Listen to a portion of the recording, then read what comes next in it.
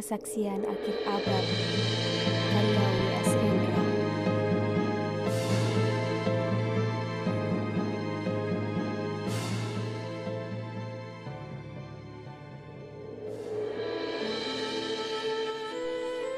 Ratak tangis menerpa pintu kalbuku.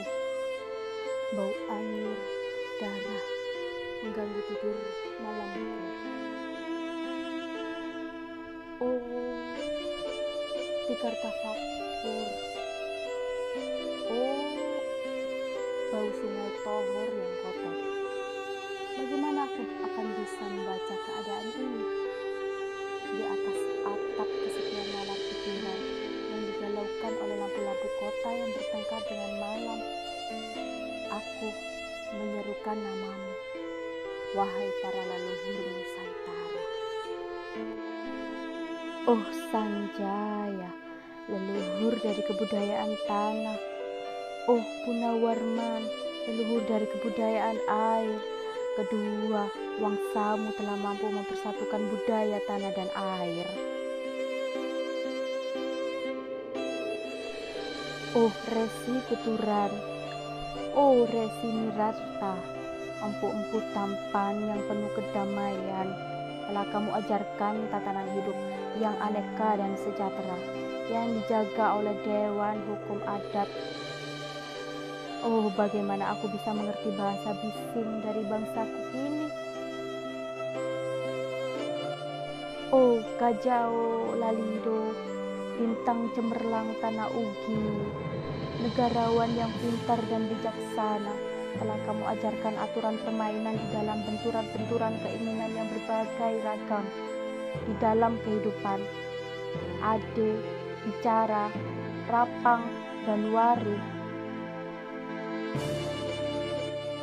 Oh, lihatlah wajah-wajah berdarah dari rahim yang diperkosa, muncul dari puing-puing tatanan hidup yang porak-poranda. Kekuasaan, kekerasan, perak, dan berdahak, dia atas bendera kebangsaan. Oh, anak cucuku di zaman sibernetik, bagaimana akan kalian baca prasasti dari zaman kami? Apakah kami akan mampu menjadi ilham kesimpulan? Ataukah kami justru menjadi sumber masalah dalam kehidupan?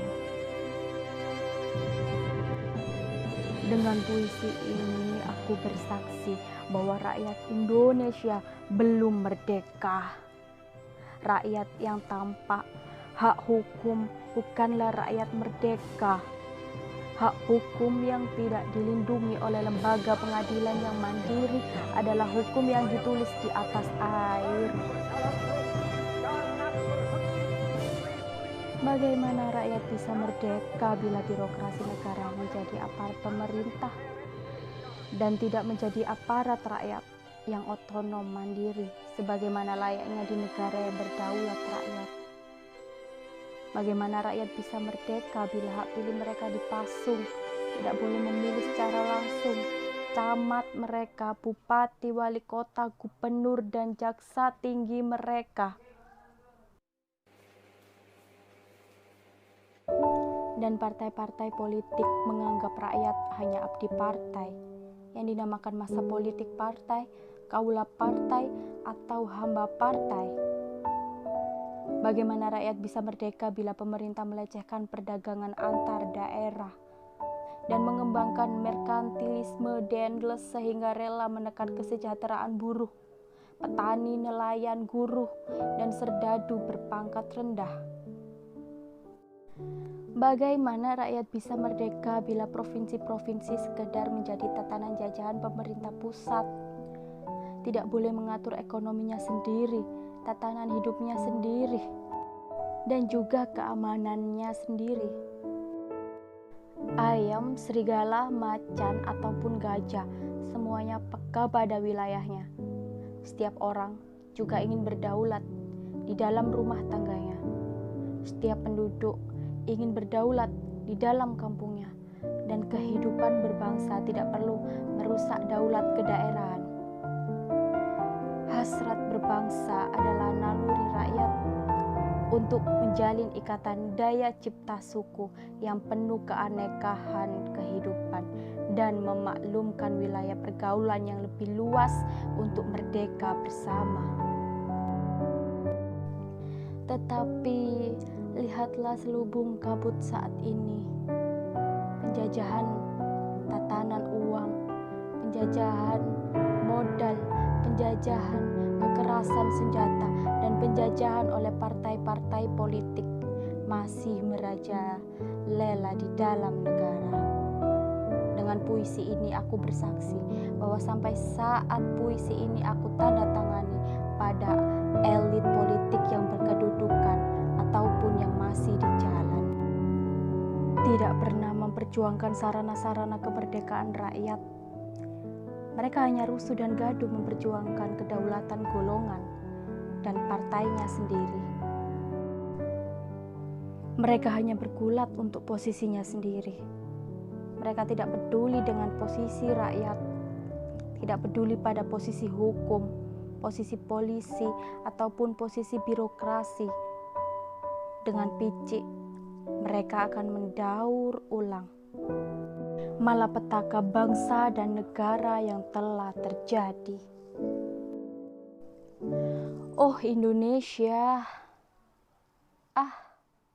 Indonesia, negara yang kehilangan makna.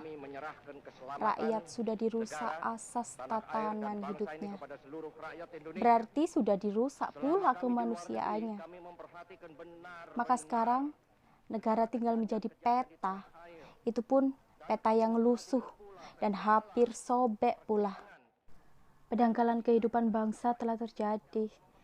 Tata nilai rancu, dusta, pencurian, penjarahan, dan kekerasan halal. Manusia sekedar semak belukar yang gampang dikacau dan dibakar. Paket-paket pikiran murah dijajakan, penalaran amarah yang salah mendorong rakyat terpecah belah. Negara tak mungkin diutuhkan tanpa rakyatnya dimanusiakan, dan manusia tak mungkin menjadi manusia tanpa dihidupkan hati nuraninya. Hati nurani adalah hakim adil untuk diri kita sendiri. Hati nurani adalah sendi dari kesadaran akan kemerdekaan pribadi. Dengan puisi ini, aku bersaksi bahwa hati nurani itu meski dibakar tidak bisa menjadi abu. Hati nurani senantiasa bisa bersemi meski sudah ditebang putus di batang. Itulah fitrah manusia, ciptaan Tuhan Yang Maha Esa. Candi Ceto, 31 Desember 1999. Balikpapan, 4 November 2000 WS.